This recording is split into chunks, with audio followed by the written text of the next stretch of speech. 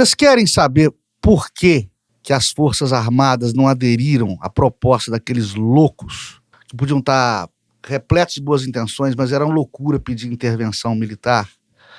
Os militares das Forças Armadas não aderiram a esses anseios dessa camada da população e eles não botaram canhões nas ruas como fizeram em 64, porque eles tinham receio de heróis se transformarem em vilões, né? Como está acontecendo com o comando da PM do DF, que virou vilã, né?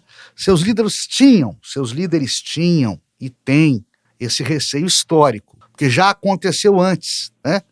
Às vezes que o herói vira vilão, e às vezes que é pior, que o sujeito é herói e vilão ao mesmo tempo, em concomitância, conforme a linha ideológica, o pensamento político de quem vier a escrever os livros de história que eventualmente resgatem essa tumultuada etapa da nossa via crucis terceiro-mundista.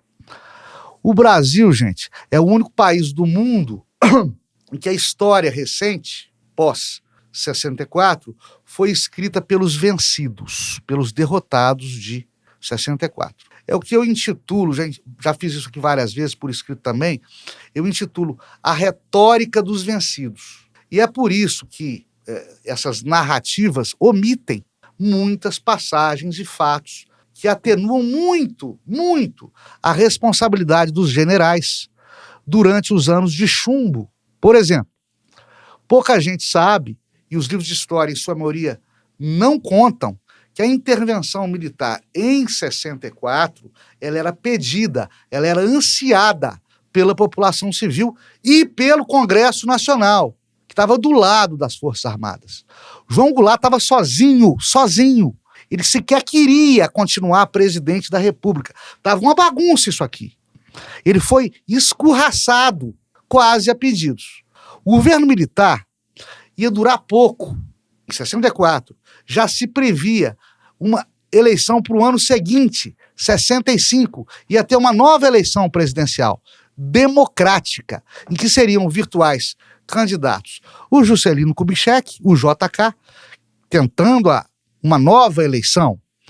Juscelino Kubitschek, que era de centro-esquerda, e o Carlos Lacerda, que então era o governador do estado da Guanabara, o atual estado do Rio, que era de extrema direita. Só que os militares não tiveram cabeça para passar o bastão. E deu o que deu, no AI-5, na repressão. E eles vitimizaram a esquerda, que sempre adorou ser vitimizada. O golpe de 64 dá voto e ganha eleição para a esquerda até hoje. Foi torturado, ganha eleição. Voltando ao presente, os militares das Forças Armadas brasileiras não quiseram aderir ao pedido de intervenção militar, que eles não têm motivo algum para exercer qualquer protagonismo político no Brasil de hoje em dia.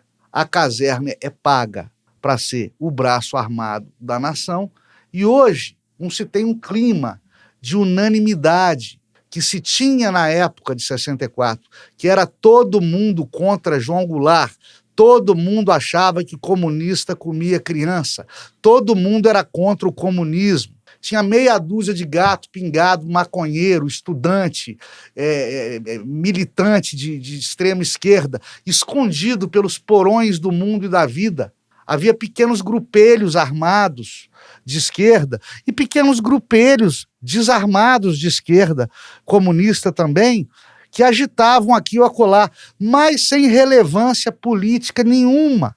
Mas eles já detinham, então, o quê? Formadores de opinião.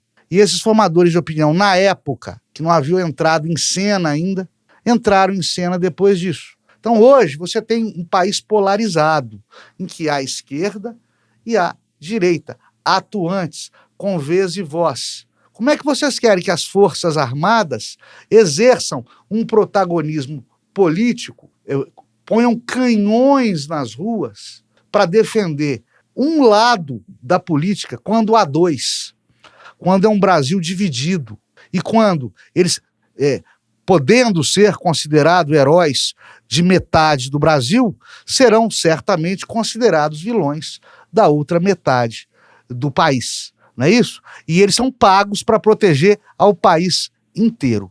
Não ia dar certo mesmo. Não dependam de forças armadas. Façam políticos, façam política. Não peçam a guerra, não peçam o colapso das instituições. Isso é um caminho que defrauda, que causa um estado de coisas, de caos social, que vai prejudicar a todos nós. Democracia é pendular. Hoje ganho eu, amanhã ganha você. Nós temos que defender as instituições, criticá-las, botar o dedo na ferida, procurar mudá-las, mas dentro do jogo democrático.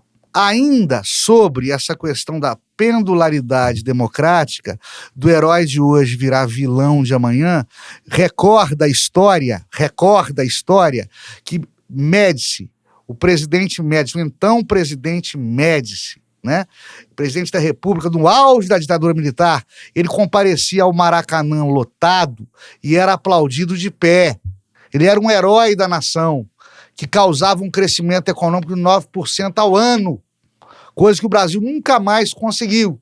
Naquela época ele era o herói da nação.